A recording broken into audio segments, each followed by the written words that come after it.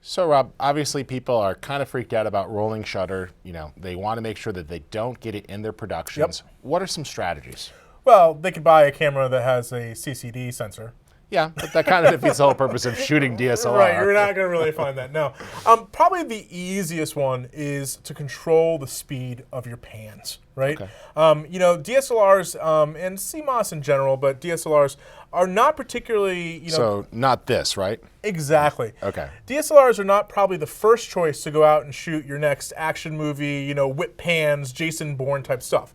Now, with that said, it's all about whether you notice it or not, right? In a sort of a fight scene, an action movie, if there's no strong vertical lines, you're probably never going to notice it, and it would be just fine. However, if you're filming, cityscapes, like tall vertical buildings, and you're doing fast whip pans there, yeah, you're probably going to notice it.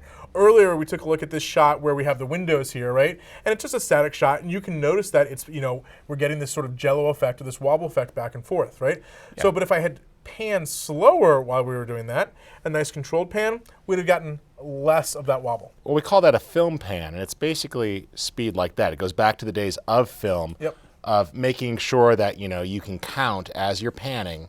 And there's an actual ratio, but the general rule of thumb is just, go at a reasonable speed. I could still go about like there. But I want to just make sure as I'm panning that it gets it. And a lot of tripods will have tension knobs so you can adjust this. And that's the benefit of the fluid head. Notice I let go, it holds. Right, exactly.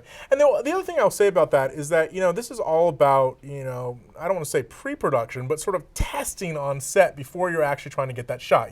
A good DP and a good shooter will say, okay, actors, let's take our marks, let's walk through this scene once, and they'll play with the speed of that pan or that movement, right? Because it's not just panning. You might be on, say, a steady cam or something like that, and you're running really fast, or you're on a dolly and you're moving really fast. So practicing that and monitoring it, of course. The back of the camera LCD, not the best place to show you those rolling shutter artifacts, right? An external monitor, or better yet, even ingesting that footage so you can see it on your computer, a better bet. Well, I'm a big fan because we do have applications now that work native with the footage.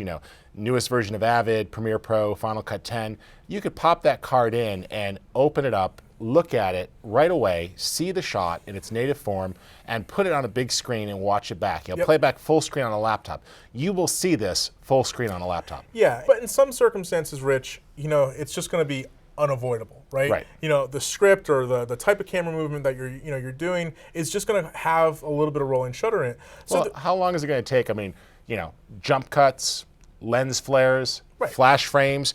Those were all mistakes that all of a sudden now people ask for. Right, exactly. So one of the things that you can do to sort of cheat this, because remember, rolling shutter is all about the speed at which the shutter is scanning across that image sensor, right? So where we have sort of a different moment in time in the top of the sensor versus the bottom of the sensor. One way that we can sort of alleviate this, I didn't say eliminate this, but alleviate this. Reduce it is by shooting at a slightly faster shutter rate, right? So, if your standard shutter is, the sort of following that 180-degree shutter rule where you're double your frame rate, and put a 1 over it kind of thing, we can nudge that up a little bit. Just be aware that while you're reducing that rolling shutter, you might also be introducing some sort of staccato rhythm, people getting a little herky-jerky there. So it's a little bit of a trade-off. And changing shutter speed means that you're changing the exposure triangle, so you will need to adjust as well. Absolutely. But this is trial and error. I think you really hit on it saying, test this.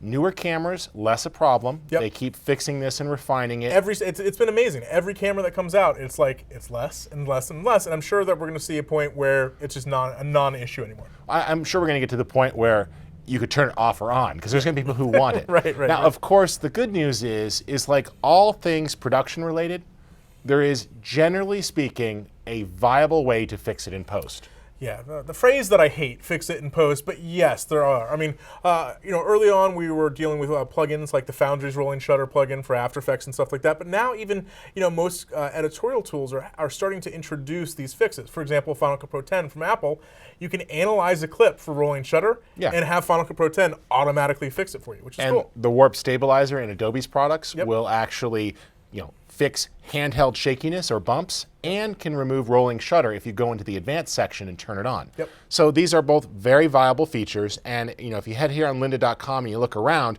go to the Final Cut 10 tutorials, go to the Adobe Premiere Pro tutorials, you will find how to specifically fix this. And as Rob mentioned, the rolling shutter plugin from the Foundry is available for tools like Avid and other compositing tools. So there's always a way around this problem. Of course, software takes longer than shooting it right. Yep. But, that's often the job of the editor or the compositor, is to remove the problems or to sort of erase away the sins of what happened in the field. Yeah, and it's, if you just focus on a few key things, actual physical movement of the camera, panning, and things of that nature, you can alleviate rolling shutter quite easily. All right, so just slow things down a little bit. You should be able to just get rid of it. And of course, test and check and make sure it's not existent.